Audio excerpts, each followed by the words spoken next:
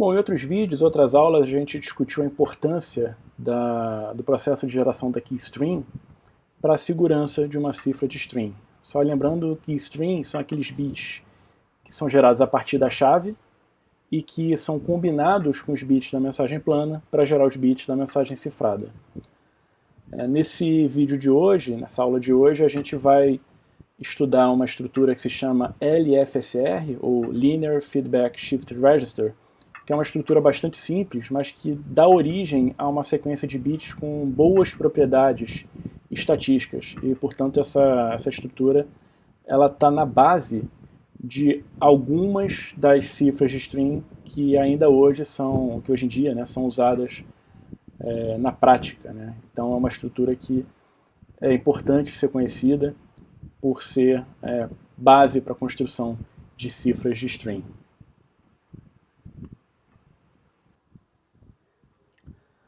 Bom, em aulas anteriores, em outros vídeos, nós estudamos o processo de construção de uma cifra de string e discutimos o como é importante, do ponto de vista de segurança de uma cifra de string, o processo de geração daquilo que a gente chama de keystring, tá? Que são os bits que vão ser combinados com a mensagem a ser cifrada para gerar a mensagem cifrada.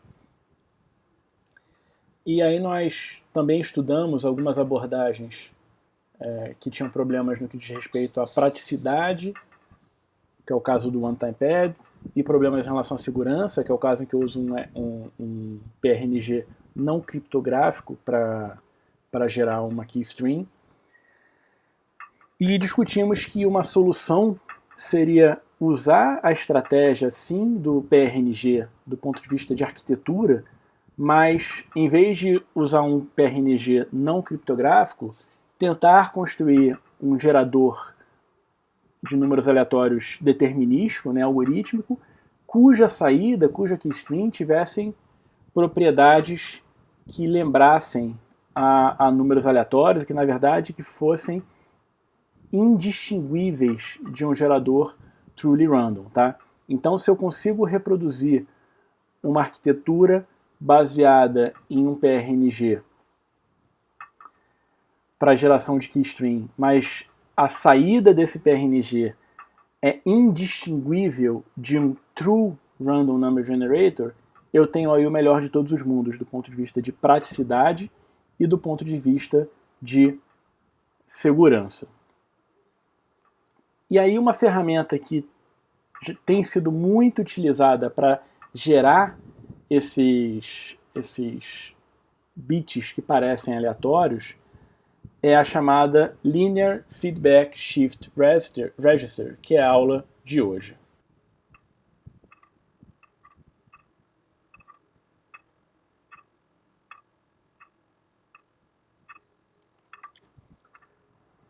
Bom, o que são esses Linear Feedback Shift Register? Basicamente, são uma estrutura muito simples de eletrônica, né, e que se baseiam numa sequência de um elemento básico, ou de um componente eletrônico básico, que a gente chama de flip-flop, e que pode ser entendido ou analisado como se ele fosse um elemento mínimo de memória, tá? A gente coloca geralmente flip-flop, representa por uma caixinha com esse FF.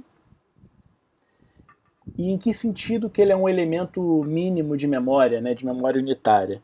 No sentido de que ele tem uma entrada, uma saída.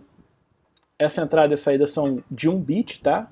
Então você tem aqui um bit de entrada e um bit de saída. Portanto, pode ser 0 ou 1 aqui. Ele tem uma entrada para algo que a gente chama de clock, tá? Então, o que é esse clock? Esse clock é um sinal que é inserido nesse flip-flop, que é uma onda quadrada, tá? Que aciona alguns componentes internos desse flip-flop.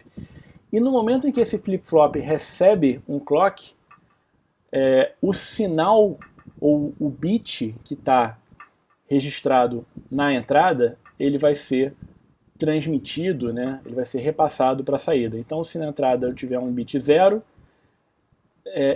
essa saída vai ser congelada para um bit 0. Se na entrada eu tinha o bit 1, essa entrada vai ser refletida para a saída e congelada. Em que sentido que eu estou dizendo que essa entrada ela é congelada? No sentido que, uma vez que eu passei com esse clock, eu informei esse clock para o flip-flop, e esse clock foi concluído, né, essa transição foi concluída, não importa qual é a informação que esteja aqui na entrada, essa informação ela não vai ser transferida para a saída, tá? Então, de certa forma, a saída do flip-flop é a memória de um estado anterior, que é o estado do flip-flop no momento em que ele recebeu esse sinal de clock. E aí o que a gente vai ver é que esse flip-flop ele é a base para a gente construir uma rede ou uma sequência um pouco mais elaborada que vai permitir que a gente construa ou tenha um procedimento sistemático, mas muito prático para geração de sequências de bits com boas propriedades estatísticas. Tá? Eu já adianto que o LFSR por si só ele ainda não vai ser um gerador criptograficamente seguro de números aleatórios, mas ele vai ser um componente básico para a geração de números de geradores, para a construção de geradores de números aleatórios criptograficamente seguros. Bom, e aí o primeiro passo que eu queria estudar com vocês para a gente construir essa sequência de flip-flops, ou esse LFSR, é construir uma sequência simples de flip-flops encadeados, sem o que a gente chama de feedback ainda, mas que vai permitir a gente entender o que é esse shift, por que essa estrutura remete a um deslocamento. Tá? Então imagina que eu tenho aqui uma sequência de flip-flops,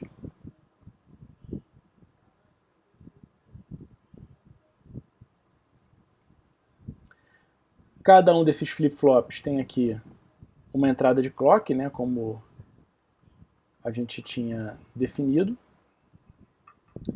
E eu tenho aqui um sinal de clock único que vai ser aplicado eventualmente a esses flip-flops. Né? A gente pode botar aqui o FF para a gente lembrar que eles são flip-flops.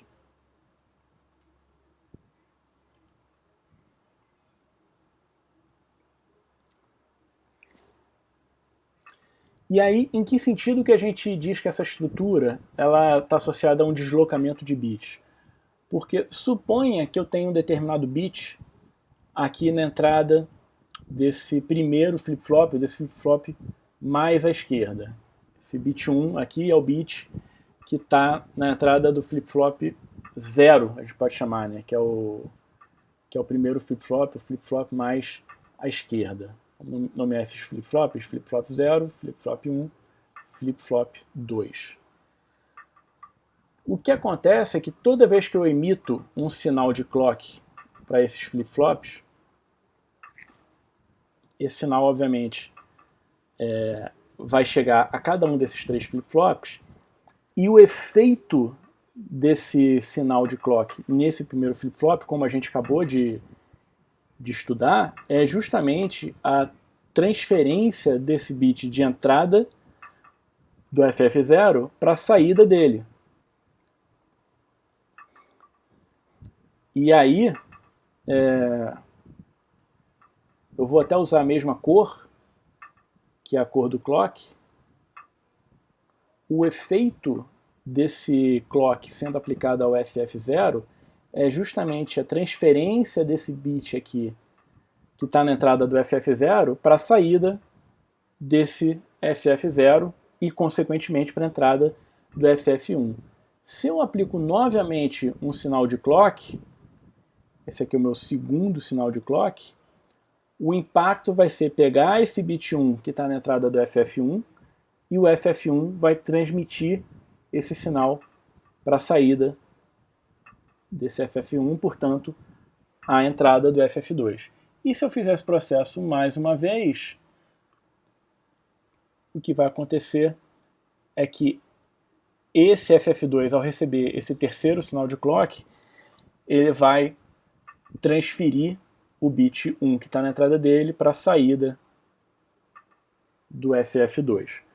Então, nesse sentido, esse shift está associado ao deslocamento da esquerda para a direita na medida em que esse conjunto de flip-flops vai recebendo esses sinais de clock. Tá? Obviamente, eu não estou discutindo aqui o que acontece, por exemplo, qual é a saída do FF2 após a inserção do primeiro sinal de clock, porque a saída do FF2 vai ser o que estava aqui, só que é algo que eu desconheço. O que eu sei conhecer é que à medida que os clocks vão sendo aplicados a esse conjunto de flip-flops, os bits vão se deslocando da esquerda para a direita. Tá? A gente olhou só esse primeiro bit, tá? Mas isso vale para todos os bits desse meu conjunto de sinais que estão alimentando esses três flip-flops. E aí, nesse caso aqui, o que é aquilo que a gente está chamando de feedback ou linear feedback shift register? Por que a gente dá esse nome para essa estrutura? Bom, o shift parece que é razoável, né? Porque pela forma encadeada que a gente constrói e pelo fato desse clock estar sendo atribuído a todos os flip-flops o mesmo sinal de clock, você tem esse padrão de deslocamento de bits da esquerda para a direita. Mas o que seria o linear feedback?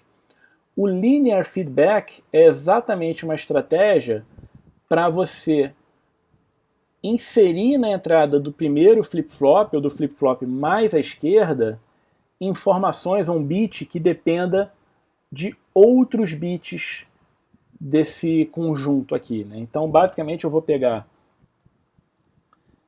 saídas dos outros flip-flops e vou realimentar, trazendo para a primeira posição aqui. E como é que eu faço essa realimentação?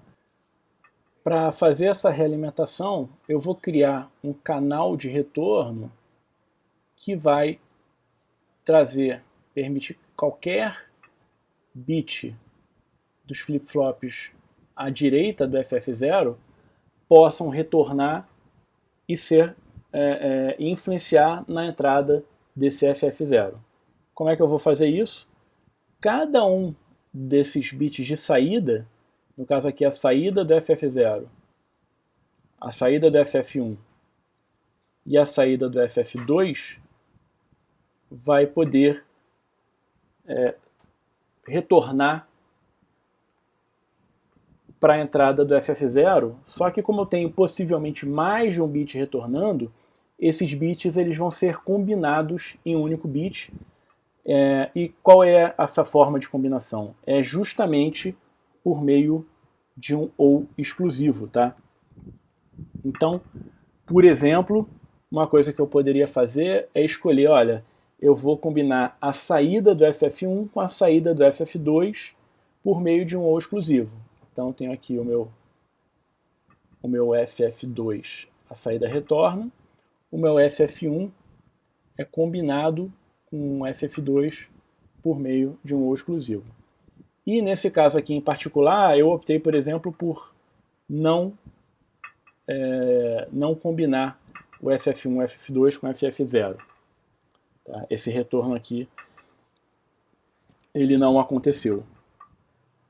E aí vocês percebem que eu fiz uma escolhi combinar a saída do FF1 e o FF2, mas eu poderia ter escolhido combinar a saída do FF0 com a saída do FF1, ou do 0 com 2, ou todos.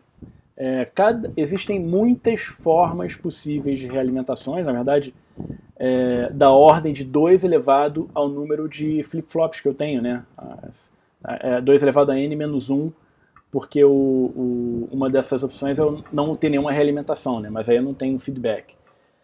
E, dependendo da minha escolha de realimentação, eu posso ter sequências com diversas propriedades em relação às características estatísticas dos números que são gerados, né? Dos estados que são gerados nesse LFSR. Tá? Lembrando que talvez não tenha ficado tão evidente, tá? Mas a saída desse meu último flip-flop, né, do flip-flop mais à direita, é a própria saída do meu LFSR, tá? Então o que eu vou fazer agora é pegar esse mesmo exemplo aqui que eu mostrei para vocês e desenvolver no sentido de entender como que um estado inicial evolui à medida que eu vou aplicando diversos sinais de clock, tá? Para isso eu vou minimizar essa figura, jogar um pouco mais ali para o canto.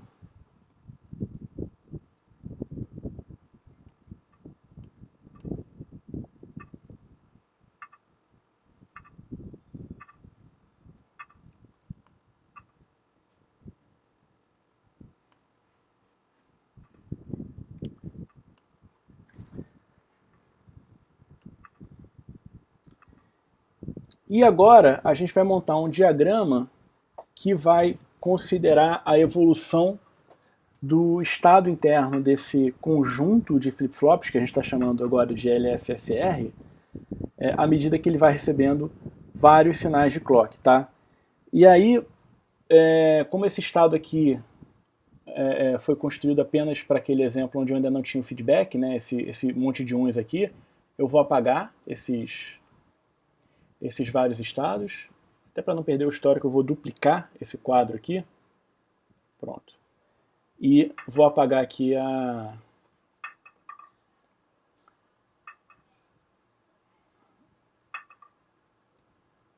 essas informações extras aqui.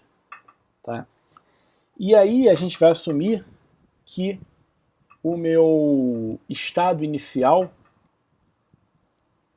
do meu LFSR é um estado em que a saída do meu FF0 é 1, a saída do FF1 é 0 e a saída do meu FF2 é 0 também, que por sinal vai ser a própria saída do meu LFSR.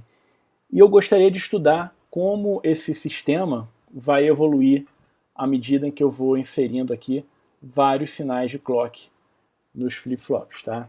Para isso eu vou fazer uma tabela. E essa tabela vai ter basicamente 3 colunas, tá? Associadas às saídas dos 3 flip-flops, tá? Então eu vou ter uma saída aqui para o meu FF0,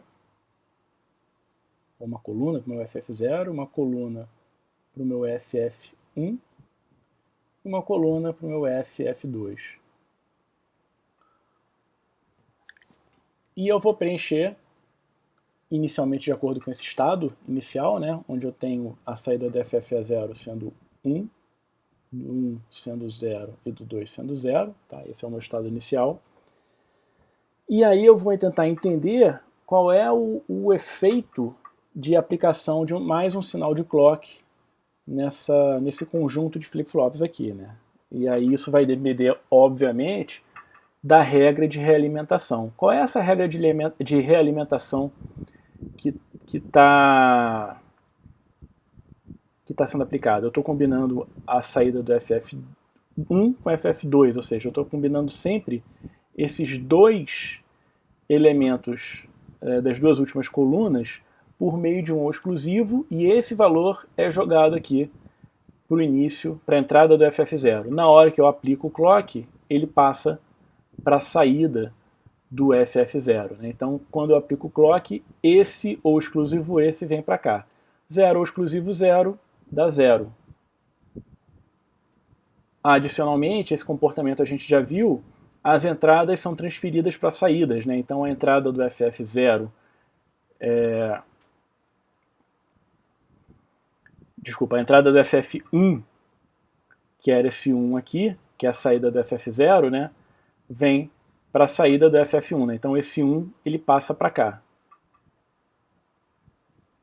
E da mesma forma, esse 0 passa para cá. Né? Esse 0 passa para cá. Ou seja, o que aconteceu, se eu puder fazer aqui uma cola, né?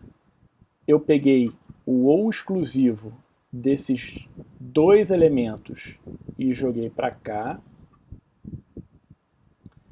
Esse aqui veio para cá. E esse aqui veio para cá.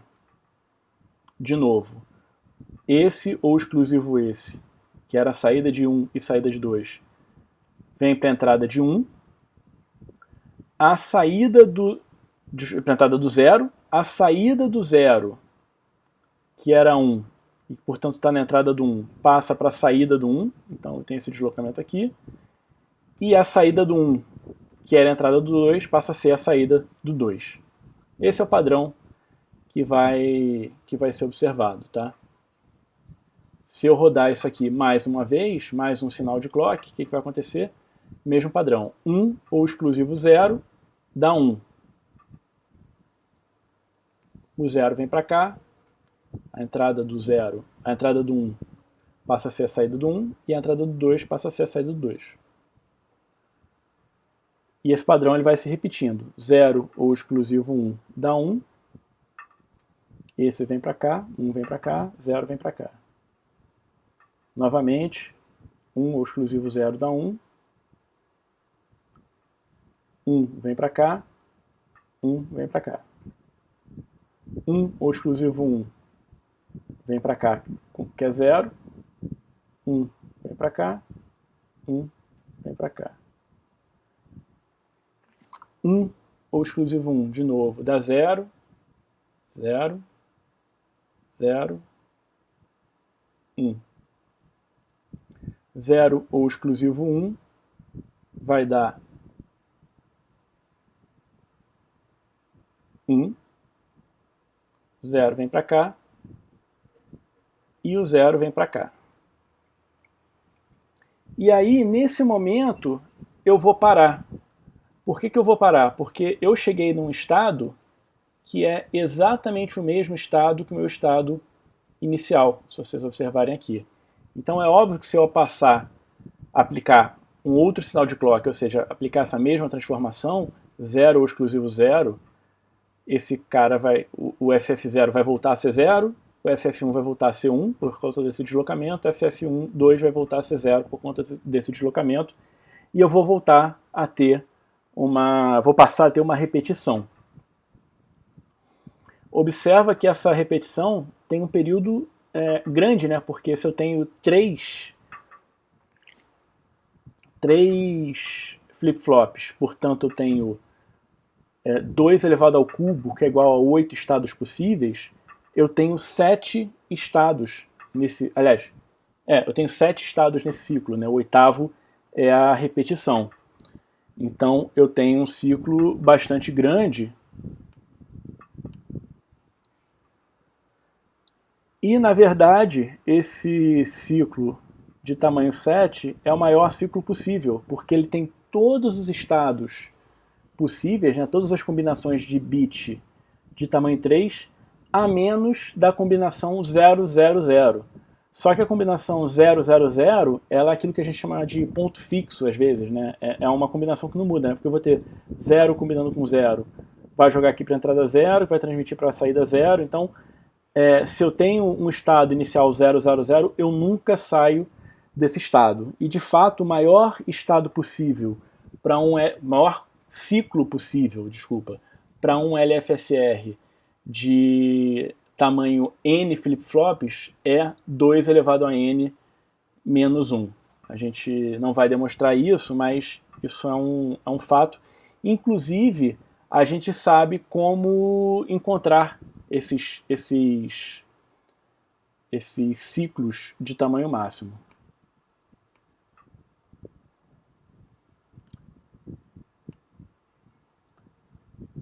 Só para a gente formalizar essa ideia, eu vou apresentar um modelo um pouquinho mais geral sobre como construir esses LFSRs e como que os ciclos estão associados aos LFSRs. Então vou só copiar aqui o nosso modelo geral aqui de LFSR para o nosso slide novo, ou para o nosso quadro novo. Vou ampliar aqui um pouquinho.